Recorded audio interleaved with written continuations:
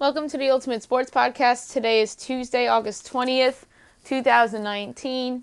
Today I'm going to recap yesterday's baseball games, look ahead to today's games, go over my power rankings for the week, talk about the Chris Sale situation with the Red Sox, and my best bet of the day. All right, we're going to start with yesterday's baseball games. As I mentioned, some interesting results. There's only 9 games on the board yesterday.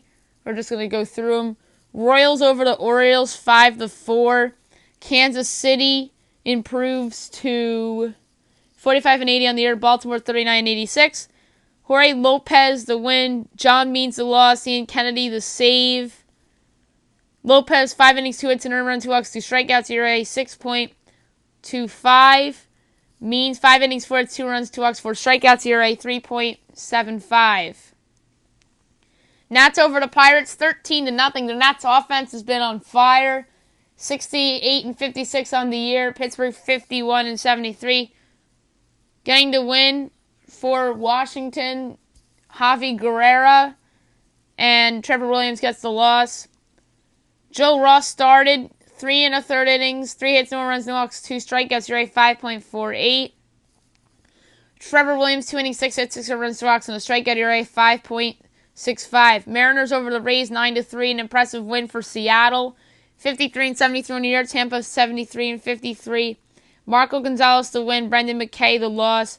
Gonzalez 5 innings, 5 hits, 3 runs, 2 walks, 5 strikeouts. ERA 4.3.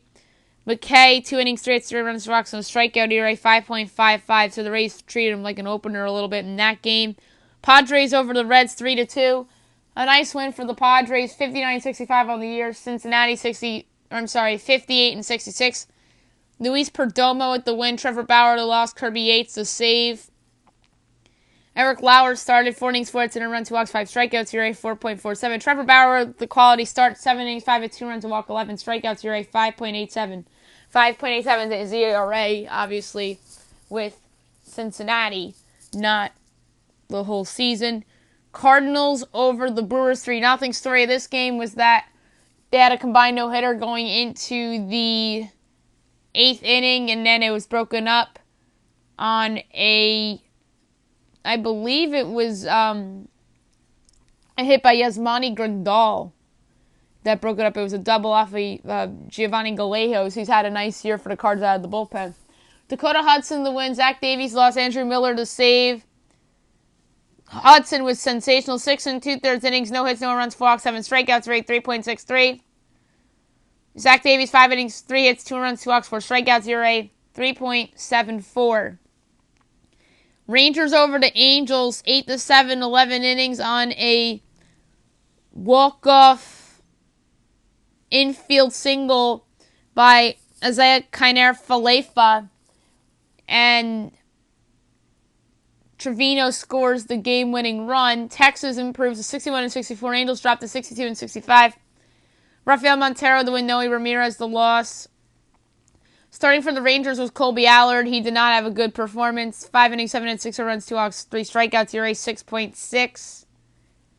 Dylan Peters 4 innings, 7 hits, 4 runs, 4 walks, 3 strikeouts. ERA 3.92. Astros over the Tigers 5-4. The Astros are 80-46. Detroit is 37-85. Wade Miley to win. Edwin Jackson the loss. Roberto Osuna the save.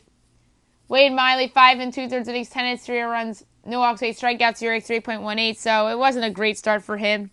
Edwin Jackson 5 innings, 7 hits, 4 runs, 4 walks, 6 strikeouts. ERA 8.46. White Sox over the Twins 6-4. White Sox 56-68. Minnesota 76-49. Ivan Nova to win. Kyle Gibson the loss. Alex Colomé the save. Nova's been very good for the White Sox. He was pulled because of pitch count in this game.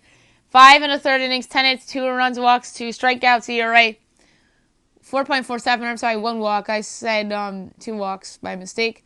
Kyle Gibson 6 2/3 innings, 6 hits, 5 runs, a walk, 4 strikeouts. ERA 4.4. Diamondbacks over the Rockies 5-3. The D-backs are 63-63. Colorado 57-68. Yoan Lopez the win. Wade Davis the loss. Archie Bradley the save. Gallen started for Arizona. 6 innings, 5 hits, and a run, 6 walks, 8 strikeouts. ERA 2.45. Chichi Gonzalez with the quality start, 6 innings, 3 hits, 2 runs, a walk, 2 strikeouts. You're at 5.87. Today's games, 2 o'clock, game 1 of a doubleheader between the Angels and the Rangers. Andrew Heaney and Joe Palumbo. 7 o'clock, Royals-Orioles. Brad Keller and Dylan Bundy. Nats-Pirates. Steven Strasburg and Chris Archer. Indians-Mets. Shane Bieber and Steven Matz. Phillies-Red Sox. Aaron Nola and Brian Johnson. Mariners-Rays. You have an opener against Diego Castillo, who will also be an opener, but Seattle has not announced their opener. Padres-Reds, Cal Quantrill and Sonny Gray. Marlins-Braves, Eliezer Hernandez and Dallas Keuchel. 7:45, Brewers-Cardinals, Gio Gonzalez and Michael Wacha. 8 o'clock, game 2 of a doubleheader between the Rangers and the Angels. Jaime Barria against, going for Texas, making his debut on the year, Brock Burke. Giants-Cubs from Wrigley. Tyler Beede and Cole Hamels. Tigers-Astros. Stephen Turnbull and Aaron Sanchez. White Sox-Twins. Reynaldo Lopez and Michael Pineda.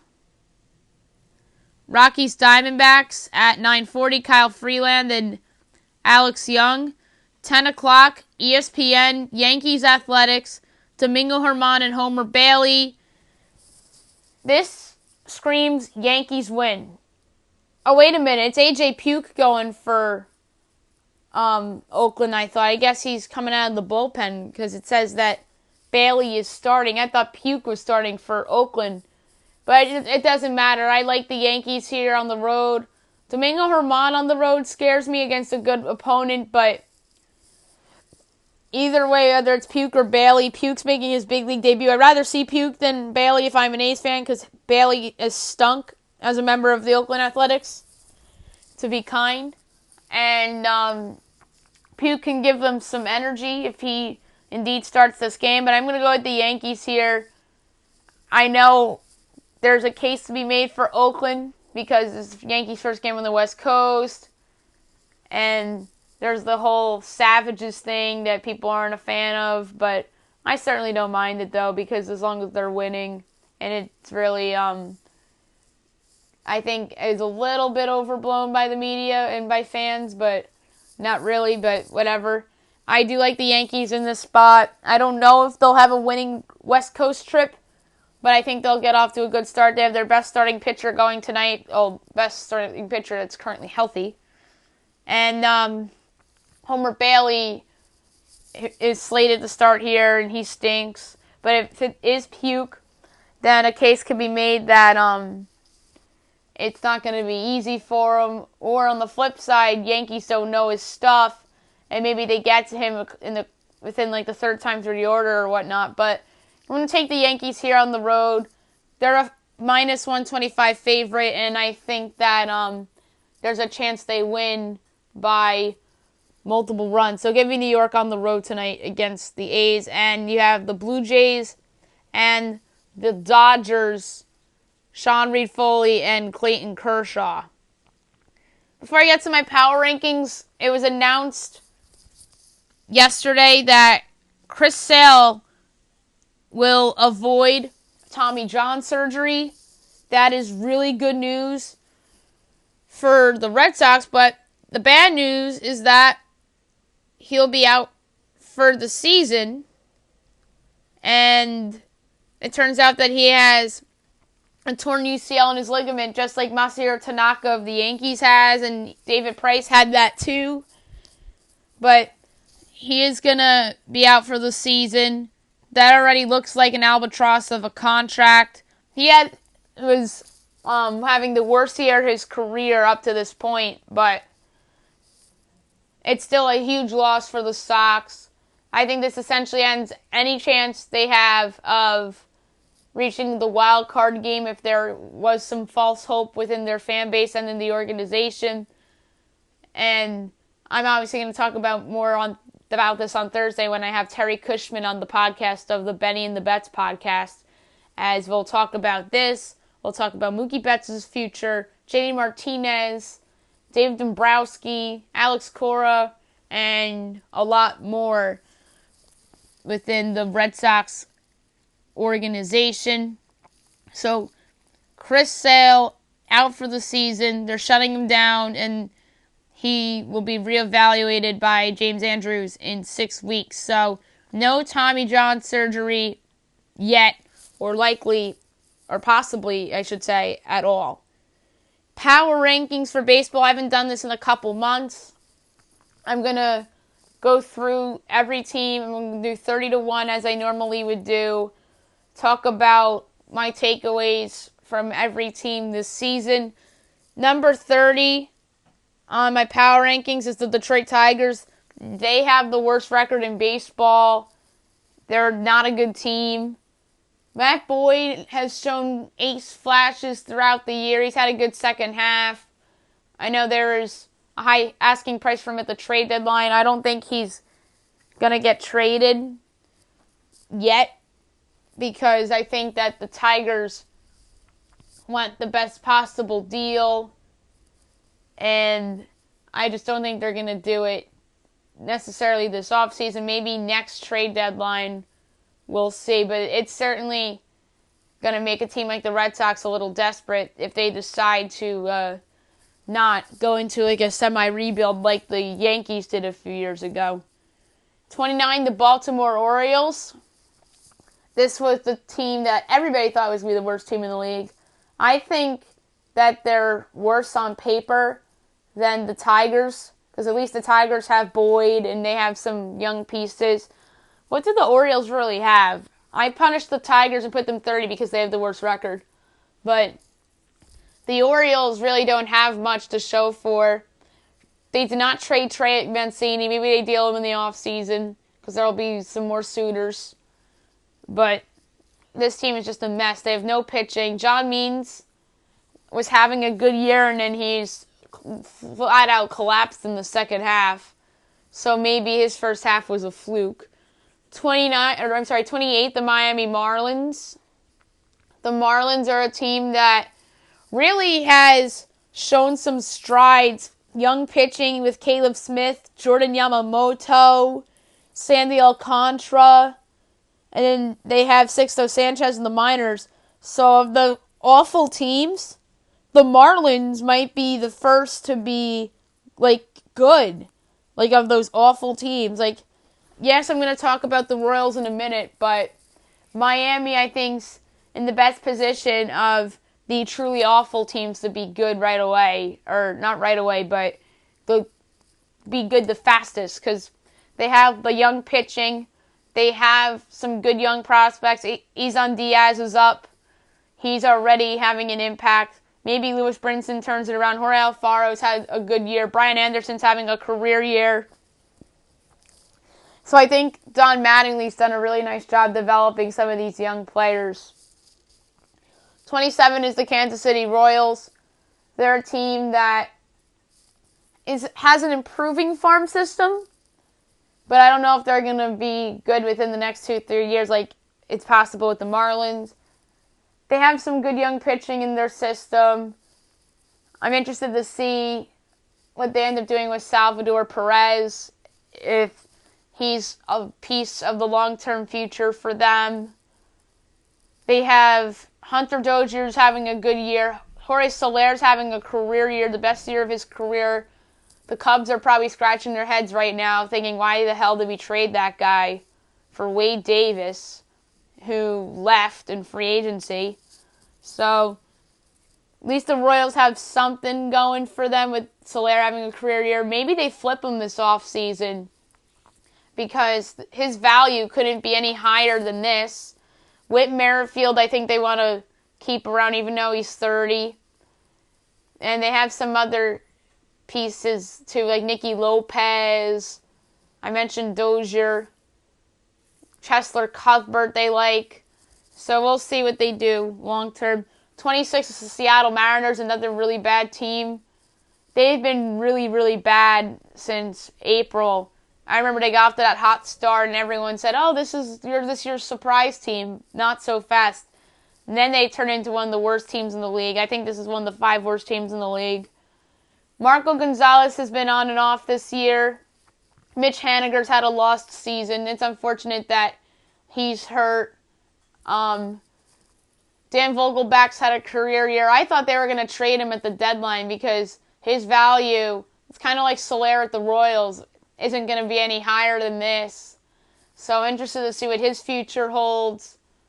And I think they want to build around the pieces from their farm system like Jared Kelenic and those guys. And I don't know if Vogelbach is long-term for them. I know they want to build around Evan White, the first baseman that's in their minor system. So they're an interesting team come off season. 25 to the Toronto Blue Jays. This team has a very nice young foundation core. Vlad Guerrero Jr., Bo Bichette, Cavan Biggio. That's your big 3 right now, it looks like. Danny Jansen's been fine behind the plate. They just need the pitching side to develop for them. I think that they're another team that could be not that far away. Oh, just like the Marlins, except the Marlins actually have the pitching. But the case for Toronto instead of the Marlins is because they have Guerrero and Bichette. And those 2 guys are franchise changers. And they like that kid, I think his name is Tanner Pearson, who is a top 100 prospect in baseball. And he's obviously the Blue Jays' top pitching prospect. So they like him, and I think they want to see what he's like too. So keep an eye out for the Blue Jays in a few years. For now, they're going to be good. Another team I think is heading in the right direction, number 24 on this list, is the Chicago White Sox. I talked about Ivan Nova before. That was a very good pickup by the White Sox. I'm interested to see if he's a free agent at the end of the year because he's really making himself some money if he's in a contract year. I need to figure that one out. And outside of him and the pitching staff, Lucas Giolito is having a career year. He's finally looking like the guy that headlined the Adam Eaton trade. And Reynaldo Lopez has turned it around a little bit after a slow start. So their rotation isn't bad with those 3 guys. And then their offense, Jose Abreu contract year, I don't know if he'll be back. And then they're going to build around, obviously, Yoan Moncada and Eloy Jimenez. Both those guys are having good years. Moncada's having the best year of his career. And Jimenez will be a Rookie of the Year candidate. He probably won't win the American League Rookie of the Year. That'll probably be somebody else. But he'll certainly be getting votes for it. 23 is the Pittsburgh Pirates. They're an interesting team. Josh Bell has had a great year, but he's slowed down since the All-Star break. Starling Marte, meanwhile, has been better since the All-Star break. So that's a team, the Pirates, to me, are in a weird spot. Mitch Keller's made a few starts. He's had one good start and the rest of them bad.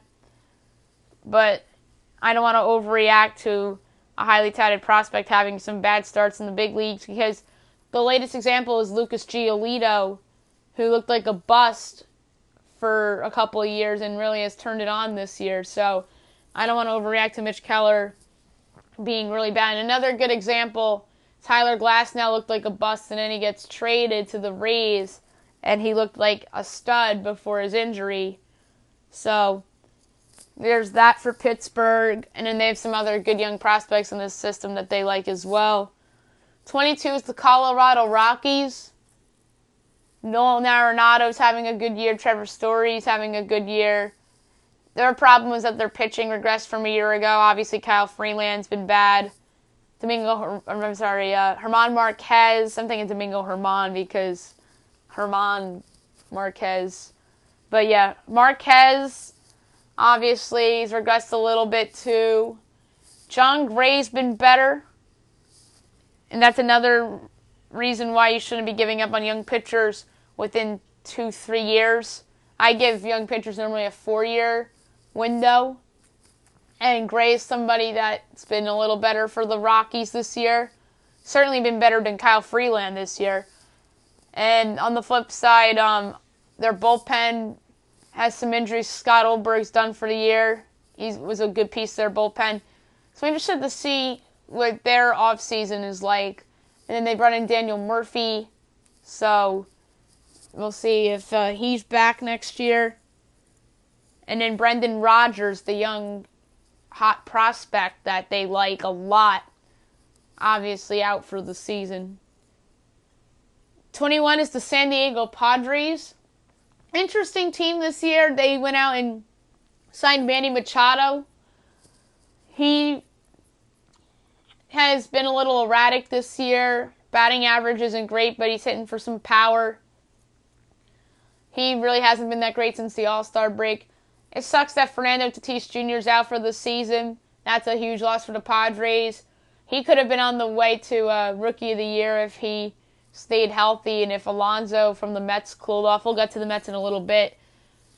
And then they obviously made the midseason trade, gave up a lot of pieces for Taylor Trammell. That trade better work out for the Padres, or else that's just a gigantic failure on their part, because obviously Trammell's a top 20 prospect, and they traded a lot to get him.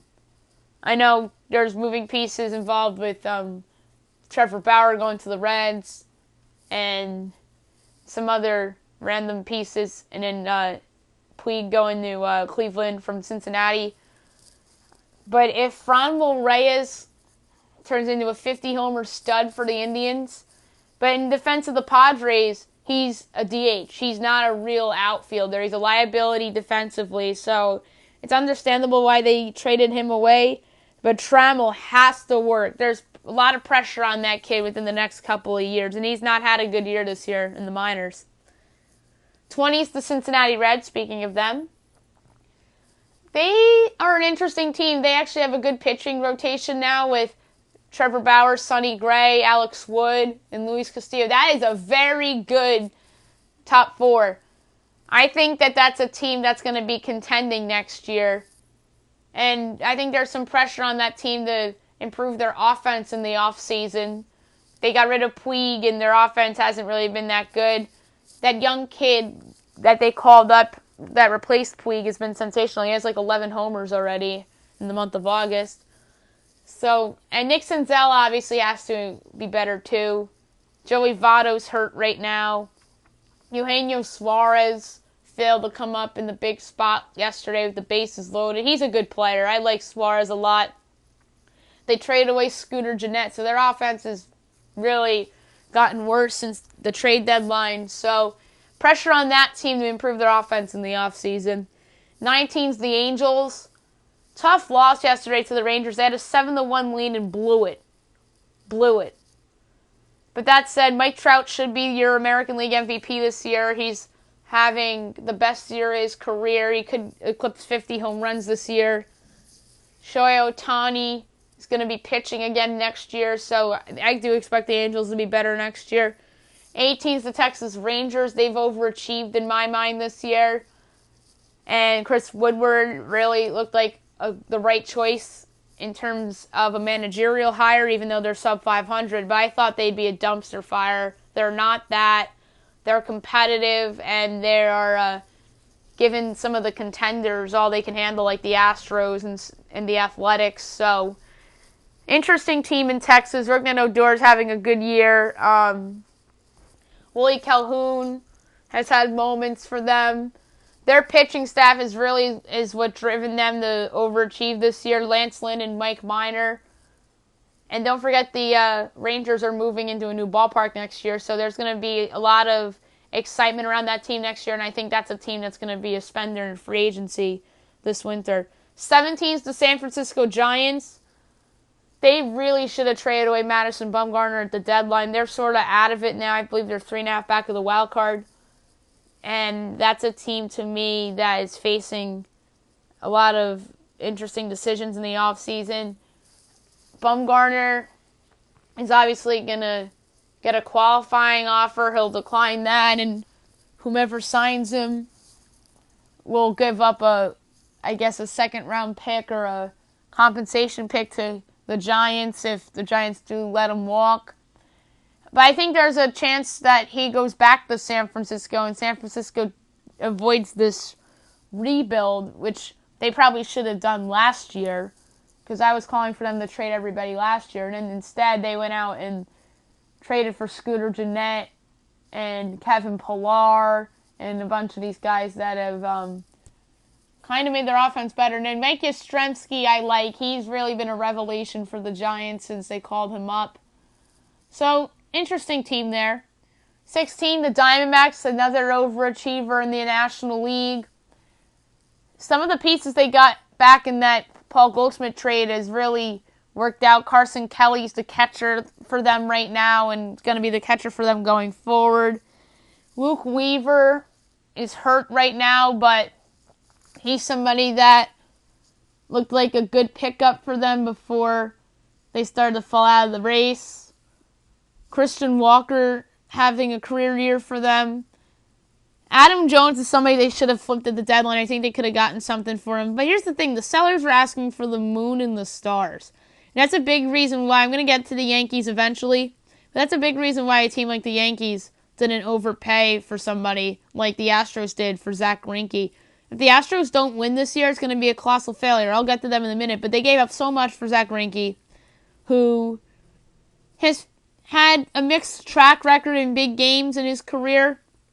But he's been good so far as a member of the Houston Astros. But we'll get to the Astros, like I said, in a little bit. But I got to give the Diamondbacks some credit. They really made some ballsy moves at the deadline to put themselves in a good position. Zach Gallen came over in that trade from the Marlins, and he's been pretty good. I think they might regret giving up Jazz Chisholm, who I think is a really good young prospect that I think is going to be the Marlins shortstop of the future. But Gallen is somebody that I think will help Arizona a lot.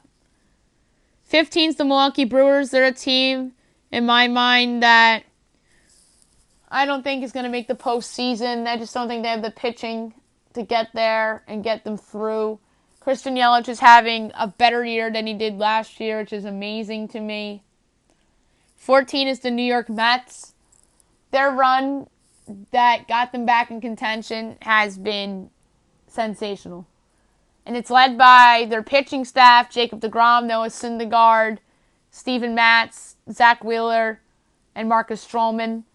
Stroman's been okay since coming over in the trade, but the four guys I mentioned before Stroman have all been a big part of this recent resurgence. The bullpen's been better outside of Edwin Diaz.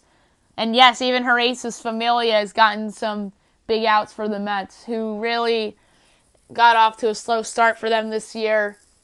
And then obviously their offense led by Rookie of the Year favorite Pete Alonso has been a big part of it too. Michael Conforto is having a great year. Todd Frazier's turned it around after a slow start. Wilson Ramos has had some big hits for the Mets as well, so I think the Mets will hang around a little bit. They have a big series coming up tonight, starting against the Indians at home. 13, Philadelphia Phillies. Interesting team. Bryce Harper had the walk-off grand slam last week against the Cubs.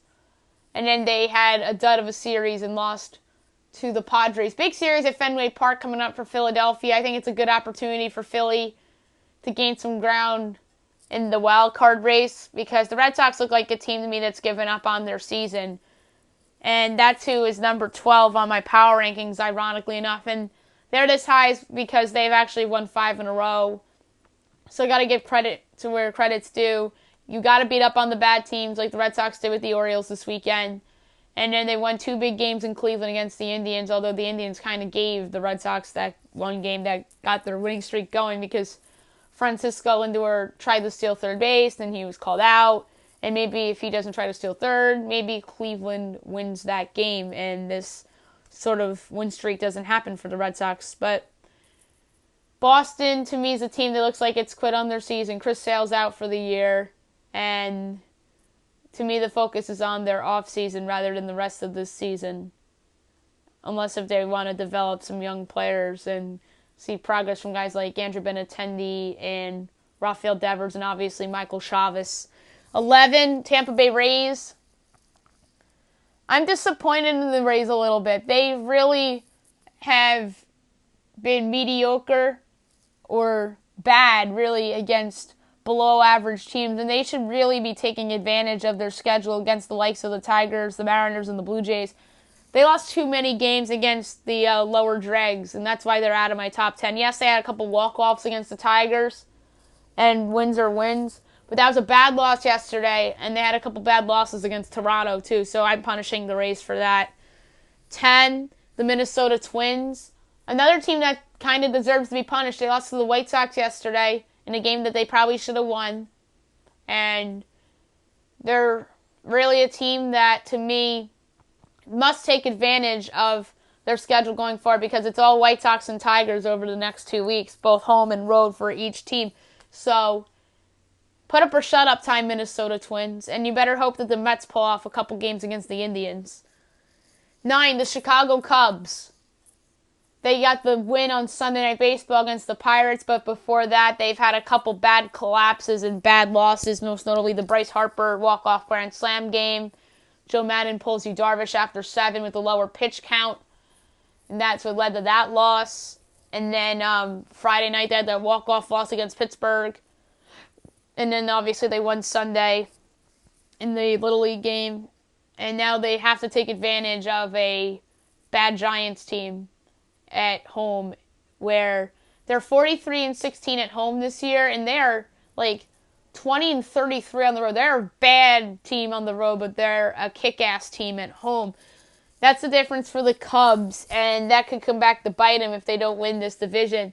And the team that's currently in first place in that division is the St. Louis Cardinals. I have them at number 8. They've been playing very good baseball lately. They almost had a no-hitter yesterday against the Brewers. And they have to win this Brewers series, in my mind, to kind of separate themselves a little bit. So, some pressure on St. Louis a little. They haven't made the playoffs since 2015. So, like I said, the pressure's on in St. Louis, and they're arguably under more pressure than the Cubs. As much as pressure as the Cubs are under because of Joe Madden's future, the Cardinals are probably under more pressure because they haven't made the playoffs in 3 years, and that's unacceptable for a franchise as well run as the St. Louis Cardinals and all the moves they've made, like trading for Marcell Ozuna, trading for Paul Goldschmidt, and that'd just be a disaster if they miss the playoffs. 7, Oakland Athletics. Big series coming up for them starting tonight against the Yankees. They took 3 out of 4 against the Astros, which was huge for them. Big series win against their division rivals, and now they gotta win 2 out of 3 or sweep the Yankees if they have any chance to sneak up on the Rays in the wild card race. I have the Athletics ahead of Tampa on the power rankings for the sole reason being that Oakland had won that series against Houston, so I gotta give them some credit and reward them for that. And meanwhile, the Rays have lost to some shitty opponents, so that's really not ideal for them. And Tampa has a 1-game lead on the A's right now, and the two teams are tied in the loss column. But the Athletics, Matt Olson, Matt Chapman leading the way offensively. Chris Davis has had a down season, which is not ideal for them, but got to give the other guys some credit. Their pitching's actually been a lot better than I anticipated. We'll see if A.J. Puke pitches tonight or if it's the veteran Homer Bailey. Brent Anderson's been good for Oakland, and so is Chris Bassett. So it's going to be interesting to see how the Athletics do this week against the Yankees. Big litmus test series for them. Both today's game and tomorrow night's game on ESPN as well. So the Athletics get some national TV love that they deserve. And then they had the national game against the Astros on Saturday too. 6, the Nationals. They've been playing great baseball. They should have beaten the Brewers on that Saturday night extra inning affair that they didn't win. It was a 14-inning game that they lost by a score of 15-14. They should have won that game, but they didn't. And since then, they've actually won back-to-back games, scoring over 10 runs. And I think that the Nats are arguably best suited to beat the Dodgers because of that offense led by Juan Soto and Anthony Rendon.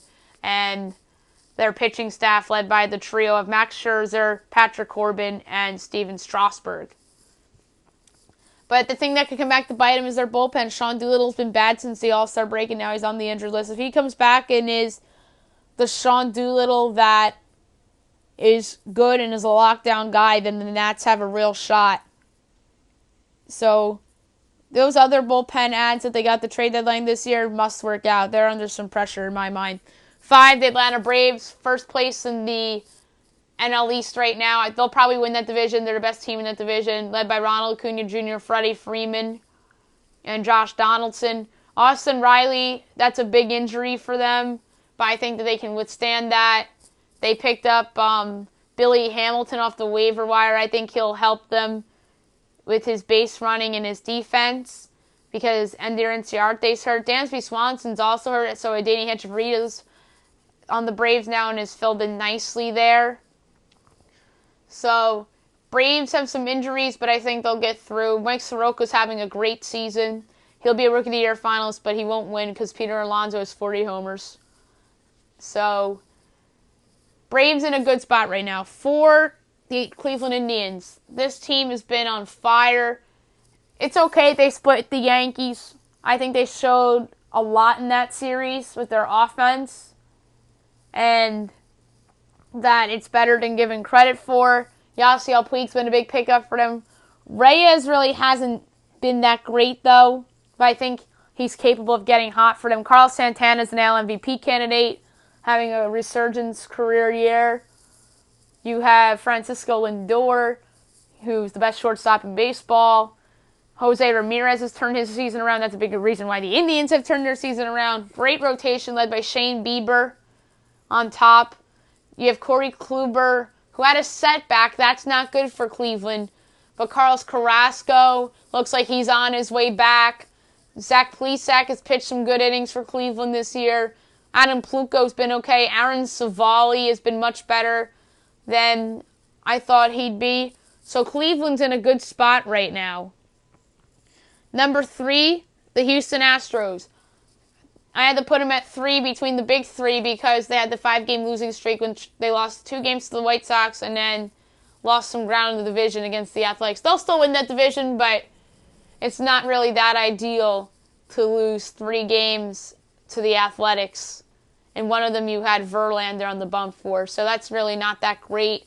And got to give credit to Zach Greinke for calming the storm a little bit on Sunday with his performance. And then, obviously, you got to beat up on the Tigers. You're in real trouble if you can't beat the Tigers. I'm sorry. But Houston, probably the team to beat in the American League, led by the trio with Cole, Verlander, and Greinke on top of their rotation. Their offense has been great. Carlos Correa has been very good since coming off the injured list. But then again, I think he's hurt again, so he's back on the injured list. Ledmus Diaz is on the injured list. He's been a revelation for Houston. Jose Altuve's been on and off. Alex Bregman's an AL MVP candidate. He's been very good. That was actually my pick at the All-Star break to have the Christian Yelich second half from last year to steal the AL MVP away from Mike Trout. But we'll see about that. You also have Yordan Alvarez, who I think is the Rookie of the Year American League favorite for that award, who really has brought in different kind of juice to the Astros offense and really has filled in the kind of hole they had at DH for a while. And you have him and Yuli Gurriel doing that DH first base role. Both those guys have been awesome. Number 2 is the New York Yankees. They swept the Orioles and then split the Indians. Big West Coast trip coming up. They have the Athletics for 3, the Dodgers for 3, and then the Mariners for 3. Ideally, I think they want to go 5-4. That sounds realistic to me. And just got to win that Mariners series because the Mariners are so bad. And then I think there's a world where they win the A's series, lose the Dodger series, win the Mariners series. I think that's how it's probably going to go. So Sunday Night Baseball is going to be Domingo Germán against Clayton Kershaw this week for Yankees Dodgers. So that's going to be interesting. Dodgers are obviously my number 1 team, so I talk about these 2 teams together since they're meeting this weekend. That's a huge Sunday Night Baseball game, the game of the year in baseball in my mind, with the best pitcher in baseball over the past decade against this year's Major League wins leader. So that's going to be pretty neat. And the Dodgers, to me, I think will probably win the series. And the Yankees will probably win one game. Dodgers win two. And it's going to be a fun series between those two teams. Both teams have good offenses. Aaron Judge has had a lost year for the Yankees. That's horrible for them. But they've sort of won in spite of that. And then guys like Giovanni Urshela and Mike Tauchman, two guys you never heard of before until this year, really have stepped up for them.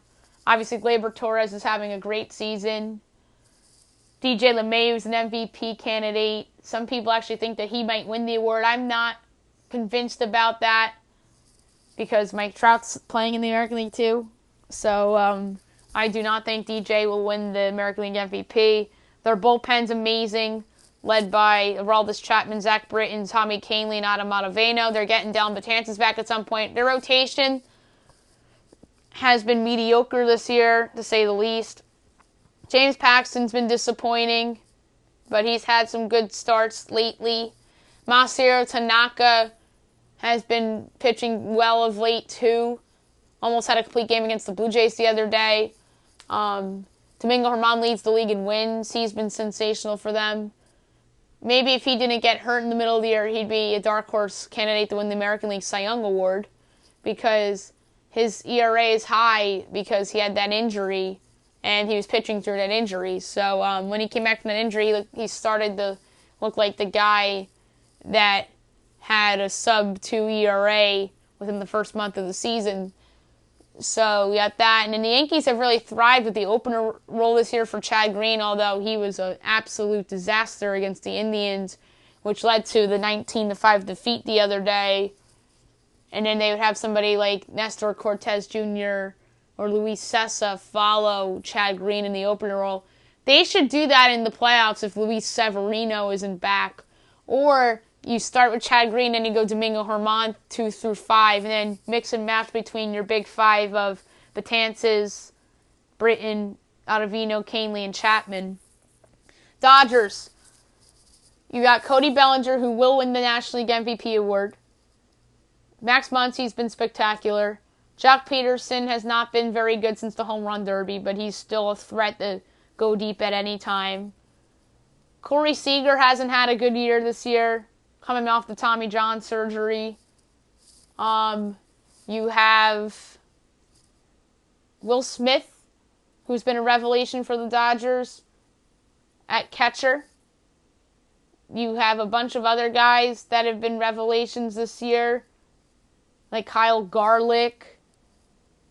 And an obvious revelation comes in their rotation, and that's Heijin Ryu, who's had a career year this year, who's going to be a free agent at the end of the year. That guy's going to get paid by somebody. Paid.